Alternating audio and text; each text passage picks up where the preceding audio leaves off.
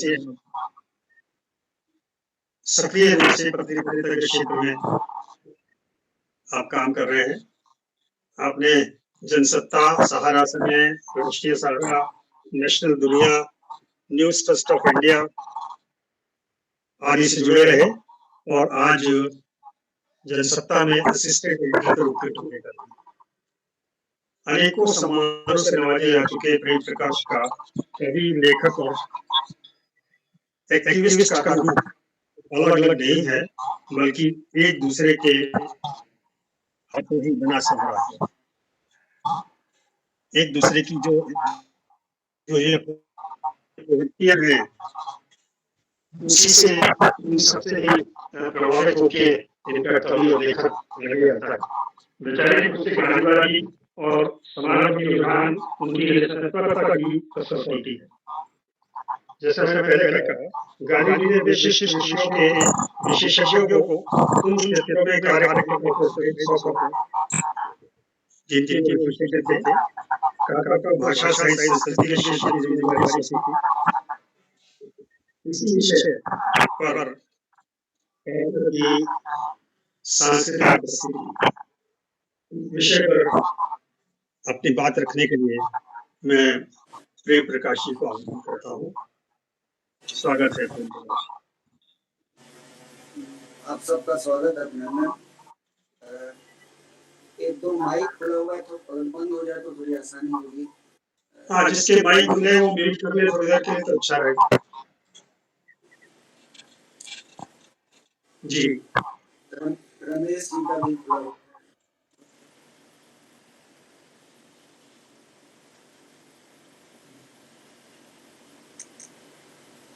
ये बड़ा अन्यायपूर्ण है कि एक सुंदर संभाषण के बाद दूसरे के लिए भी तैयार रहना पड़ता है। चैताली में जो एक प्रतिनिधि पुस्तक है काका,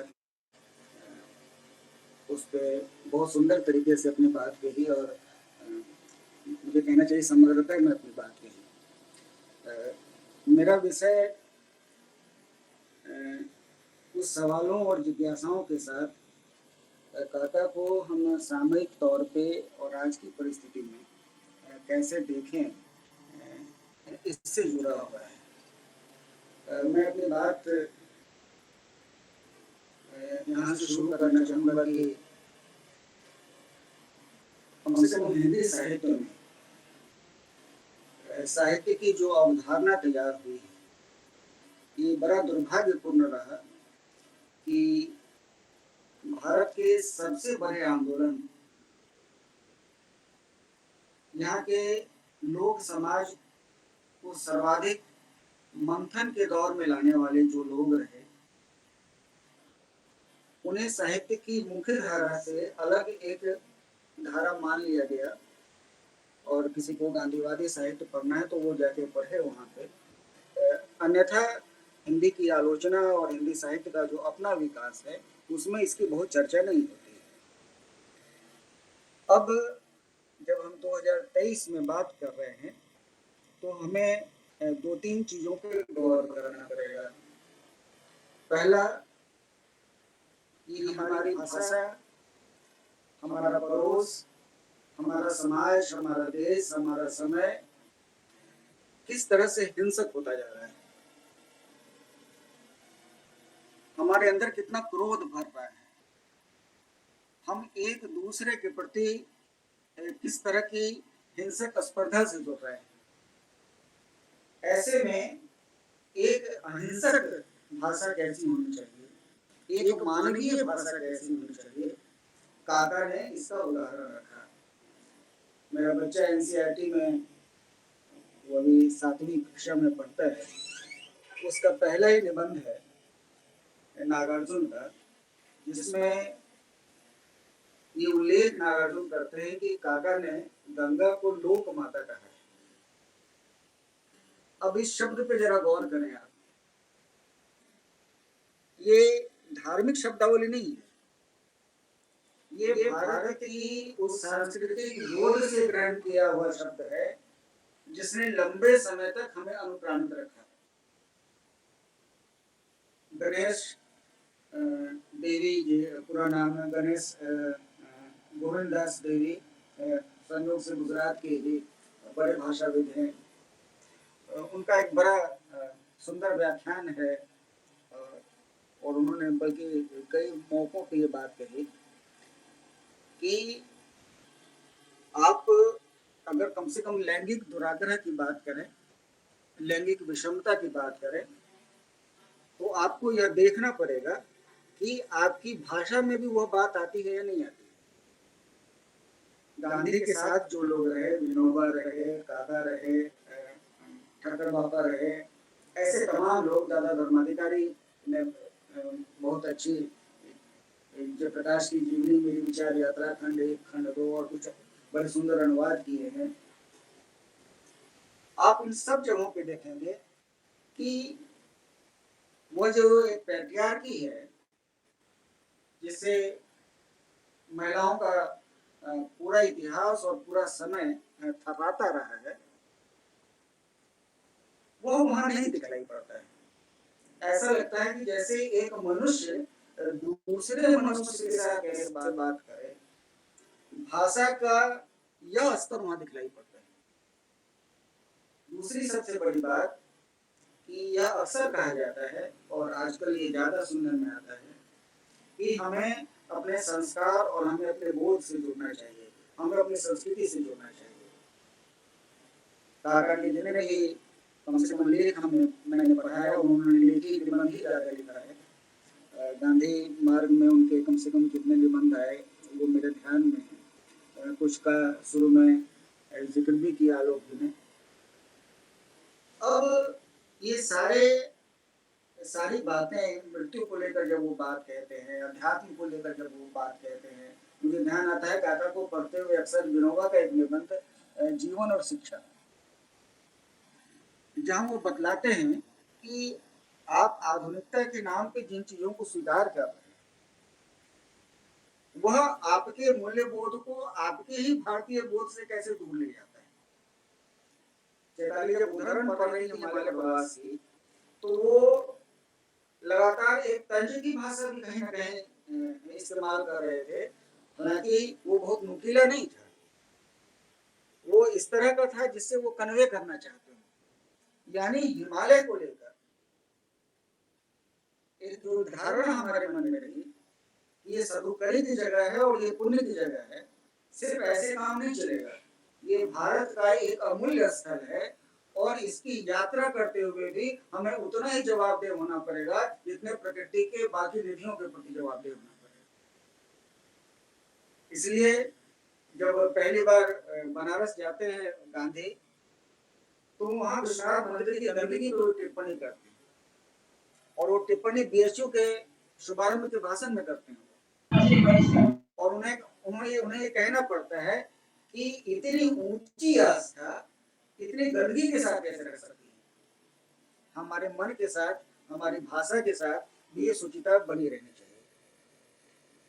एक बात जो मैं और जोड़ना चाहूंगा, वह यह कि आज जब हम बात कर रहे हैं और एक खास माध्यम तो हेडसेट चलाऊं, आवाज नहीं आ रही।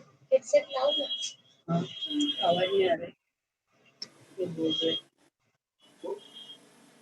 कुसुम बहन का कुछ प्रॉब्लम। हाँ, एक किताब है, आवाज तो बहुत डिस्टर्बेंस है।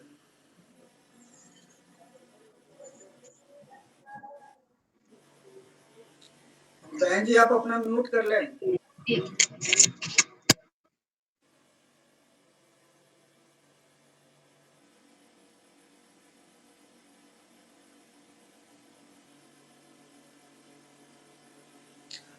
खैर, कुछ साल पहले एक पुस्तक आई, the music of spinning wheel, जिसमें उसके लेखक ने यह बताया कि आज अगर गांधी होते तो चरखा की जगह कंप्यूटर उनके हाथ में होता। ये बड़ी भ्रांतिपूर्ण धारणा है। सादगी, मितव्ययता और तकनीक का एक ऐसा स्वरूप जिसमें विकेंद्रीकरण कहीं नहीं है और उसे गांधीवादी मूल्य से जोड़ देना, ये एक तरह से गांधी विचार के साथ हिंसा है। आप कहीं भी काका को पढ़ेंगे, काका हमेशा लोगों से जुड़ते हुए चलते हैं।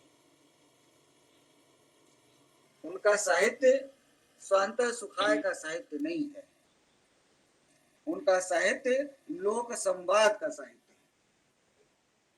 हम सब में से जो भी अगर अनुप्राणित है इस तरह के शब्दों से, इस तरह के लेखन से, तो हमें यह मूल्यांकन भी करना पड़ेगा कि वह साहित्य जो हमारे शब्दों में है वो हमारे आचरण में कितना है।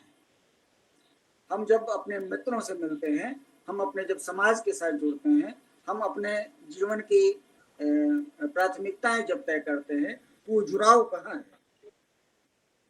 एक समाज सेवक और स्वाधीनता संघर्ष के सेनानी के साथ साथ जब काका के शब्द चित्र को हम देखते हैं तो ये साफ साफ दिखाई पड़ता है कि भारत के कोने कोने तक पहुंचने की जिजीविषा, एक यायावरी जिजीविषा अगर किसी आदमी के मन में है तो वो इसलिए है कि वह जिस समय में जीवित है, जिस भारत में जीवित है, उस भारत की संस्कृति के तमाम धाराओं को वो अपने से प्रत्यक्षता अनुभव कर लेना चाहता है। इसके बाद उसके लिए क्या किया जाना चाहिए, उस पर वो विचार करना चाहता है। समाज से जुड़ने की यह जो शर्त है, यह साहित्य के एक अलग स्तर का निर्धारण करता है। इसलिए जब साबरमती में टॉल्स्टॉय की जन्म शताब्दी मनाई गांधी ने, तो उसके शुरुआती वक्तव्य में ही उन्होंने कहा कि टॉल्स्टॉय का लेखन इसलिए बड़ा नहीं है कि वो बड़ी बात करते हैं, टॉल्स्टॉय का लेखन इसलिए बड़ा है कि जो वो लिखते हैं वो उनके जीवन में भी दिखलाई पड़ता है। गांधी से जुड़ा एक व्यक्ति जिसने भाषा के प्रसार, हिंदी के प्रसार के लिए काम किया, उसने जब अपनी संस्था का भी नाम रखना चाहा तो उसका नाम था समन्वय। यह दिखलाता है कि यह आदमी अपने को भारत में स्थापित नहीं कर रहा है, बल्कि भारतीय स्थापनाओं के साथ आगे बढ़ना चाह रहा है। मुझे लगता है कि मैंने कई सारे बिंदुओं से अपनी बात कही है और समय भी थोड़ा हो रहा है, तो मैं अपनी बात यहीं समाप्त भी कर रहा हूँ।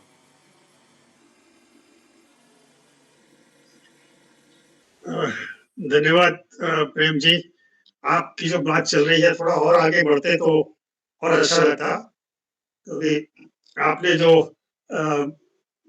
जिस तरह से काका पूरे समाज के साथ, व्यक्ति के साथ, सबके साथ जुड़ के चल रहे हैं और गांधी के साथ जुड़ के चल रहे हैं, अपने वातावरण के साथ जुड़ के चल रहे हैं, उस सब को लेके जो अपनी बात रखी है और सबसे भी आग्रह करते हैं कि सबके साथ जुड़ के चले। जो पूरा देश है, हमारी संस्कृति है, हमारा समाज है, सबसे जुड़ के हम चलेंगे तभी हमारी जो प्रगति है, वो जो हमारा विकास है, वो असली विकास, असली प्रगति होगी। बाकी जो भौतिक विकास हो रहे हैं वो तो होते रहते हैं, उसका कोई ऐसा इतना बड़ा मूल्य नहीं है। वो आप बोल रहे थे तो मुझे ध्यान में आया कि आकाशवाणी ने अपने आर्काइव से हाल में महादेवी का की एक रिकॉर्डिंग प्रसारित की है और उसमें यह है कि अभी आप भी बता रहे थे कि यह यात्रा तकरीबन 100 साल या उससे भी पहले हुई और उस समय की कठिनाइयाँ अलग थी और आज हम वहाँ पहुँच सकते हैं, घूम फिर के आ सकते हैं, बहुत तरह की सुविधाएं हैं। तो महादेवी से पूछा गया कि आज जब जीवन को लेकर इतनी सारी सहूलियतें हैं, इतनी सारी सुविधाएं हैं, तो मनुष्य ने बड़ी यात्रा अपनी सभ्यता के की यात्रा पूरी की है और अब वह संघर्ष नहीं है। महादेवी ने उत्तर दिया है कि हाँ, बहुत सुंदर मशीन बने हैं, वो हमारी बहुत सेवा करते हैं, लेकिन इसमें से एक भी मशीन ऐसा नहीं है जो एक बेहतर मनुष्य की रचना करता है। ठीक बात। अब कहीं एक बिंदु पे अगर टिका दे काका के साहित्य को, तो उनकी एकमात्र चिंता है जो साहित्य की भी मूल चिंता है, एक बेहतर मनुष्य की रचना। बिल्कुल। हृदय से उठकर साहित्य का स्तर जैसे ही दिमाग तक जाता है, तब हम बौद्धिक प्रलाप करने लगते हैं। हमारी चिंताएं तब बेईमानी हो जाती है। आज जब हम संवाद कर रहे होते हैं, अलग अलग मंचों पे अपनी बात कह रहे होते हैं, तो मुझे लगता है कि हमें अपने सामने यह आईना रखना चाहिए कि हमारा यह संवाद हमारे समय के बोध को कितना ऊंचे बनाता है या नहीं बनाता है। बस ठीक है, पर्याप्त है इतना। जी जी जी। ये सुविधाओं के साथ जीने से जो विकास होता है वो अधूरा विकास है। जो कठिनाइयों और चुनौतियों के साथ जब आगे बढ़ता है मनुष्य, तो उसका समग्र विकास हम लोग देखते हैं। और ये इन सब लोगों ने, जो आपने इतने सब लोगों की बातें कही, सब लोगों का यही विचार है कि सुविधाओं को छोड़कर और कठिनाइयों को हम झेलते हुए आगे बढ़े, तभी हमारा अ, आंतरिक विकास और सच्चा विकास हो सकता है। तो बहुत अच्छा लगा आपकी बातें सुन के, आप दोनों की बातें सुन के, बहुत प्रेरणाप्रद बातें सुन के बहुत अच्छा लगा। और मैं समझता हूँ कि जिन लोगों ने भी ये सुना, उनको हिमालय दर्शन की प्रेरणा तो मिलेगी, साथ में अपने अंदर, अपने भीतर की यात्रा करने की भी प्रेरणा मिलेगी कि हम लोग कैसा जीवन जी रहे हैं और किस तरह का जीना चाहिए।